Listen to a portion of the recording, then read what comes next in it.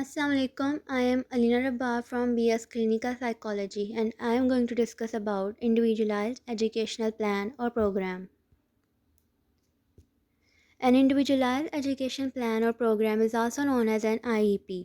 Individualized educational program is a tool which helps families, teachers and other members to meet the educational needs of students with special needs. An IEP is more than just a written legal document or plan. When kids struggle in school, you may hear the term IEP. What is an IEP? IEP is an acronym that stands for Individualized Education Program. Some people may refer to it as an Individualized Education Plan. An IEP is more than just a written legal document or plan. It is a map that lays out the program of special education instruction, sports, and services kids need to make progress and thrive in school. IEPs are covered by Special Education Law or the Individual with Disabilities Education Act. They are created for eligible kids who attend public school, which includes charter schools. Who gets IEPs? A child who has difficulty learning and functioning and has been identified as a special needs student is the perfect candidate for an IEP.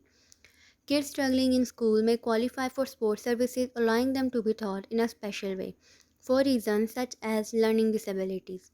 To be eligible for an IEP, a student has to have one or more of the 13 conditions that are covered under IDEA, which includes different disabilities. As outlined by IDEA, students can receive free appropriate education under special education law if they fall under one of 14 categories, which are autism, deafblindness, deafness, developmental delay, emotional and behavioral disorders, hearing impairment, intellectual disability, multiple disabilities, orthopedic impairment, other health impairment, specific learning disability, speech or language impairment, traumatic brain injury, visual impairment including blindness. Private schools don't offer IEPs, but students in private schools may be able to get special education through what's known as a service plan, also called an individual services plan. Even before they attend school, babies and toddlers can get services through early intervention. Once kids turn 3, they can get an IEP through their local public school district. There are no IEPs in college, but eligible students often can still get accommodations through college disability services. Who's on the team? The professionals on the evaluation team can include a psychologist, a physical therapist, an occupational therapist, a speech therapist, a special educator, a vision or hearing specialist, other depending on the child's specific needs. The parent is a full team member and should be ready to participate. Your ability to describe your child's needs and strengths, keep the focus on your child, and can influence the outcome. The district representative acts as the chair, facilitate discussion, and must be knowledgeable about special education services. It is common for one member to perform two roles. A school psychologist explains the evaluation result and share information with team member.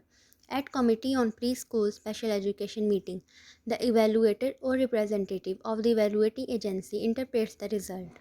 A special education teacher assists with the decision about sport, services, curriculum modification, and goal setting. A general education teacher will participate if your child is in a general education classroom. The student age 15 or older is required to be invited. Younger student may also participate. Student can participate in all or part of the meeting. Participation is an important step in developing self-advocacy skills. A parent member may be requested in writing with at least 72 hours notice before the meeting. This individual helps the parent to understand information and participate in the meeting by explaining procedures, asking questions, and clarifying information. Other participants may include a school social worker, related service provider, school physician, or anyone who has special knowledge of your child. Parents of children transitioning from early intervention to CPSC may invite an EL representative. Developing an IEP. The next step is an IEP meeting at which the team and parents decide what will go into the plan. In addition to evaluation team, a regular teacher should be present to offer suggestions about how the plan can help the child progress in the standard education curriculum. At the meeting, the team will discuss your child's educational needs as described in the CER and come up with specific measurable short-term and annual goals for each of those needs. If you attend this meeting, you can take an active role in developing the goals and determining which skills or area will receive the most attention. The cover page of the IEP outlines the support services your child will receive and how often they will be provided. For example, occupational therapy twice a week. Sport services might include special education, speech therapy, occupational or physical therapy, counseling, audiology, medical services, nursing, and vision or hearing therapy. They might also include transportation, the extent of participation in programs for students with all disabilities. What if any modification are needed in the administration of statewide assessment of student achievement and beginning at age 14, the inclusion of transition planning as a part of the process. If the team recommends several services, the amount of time they take in the child's school schedule can seem overwhelming. To ease that load, some services may be provided on a consultative basis. In these cases, the professional consult with the teacher to come up with strategies to help the child but does not offer any hands on instruction. For instance, an occupational therapist may suggest accommodations for a child with fine motor problems that affect handwriting, and the classroom teacher would incorporate these suggestions into the handwriting lessons taught to the entire class. Other services can be delivered right in the classroom so the child day is not interrupted by therapy. The child who has difficulty with handwriting might work one on one with an occupational therapist while everyone else practices their handwriting skills. While deciding how and where services are offered, the child comfort and dignity should be top priority. The IEP should be reviewed annually to update the goals and make sure the levels of services meet your child need. However, IEPs can be changed at any time on an as needed basis. If you think your child need more, fewer or different services, you can request a meeting and bring the team together to discuss your concerns. Advantages of IEP. There are many benefits to getting an IEP. The process begins with an evaluation that shows a student's strengths and challenges.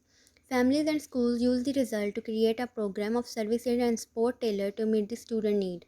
Having an IEP gives student families and schools legal protections. It lets families be involved in decisions that impact their child education. It also gives students rights when it comes to school discipline.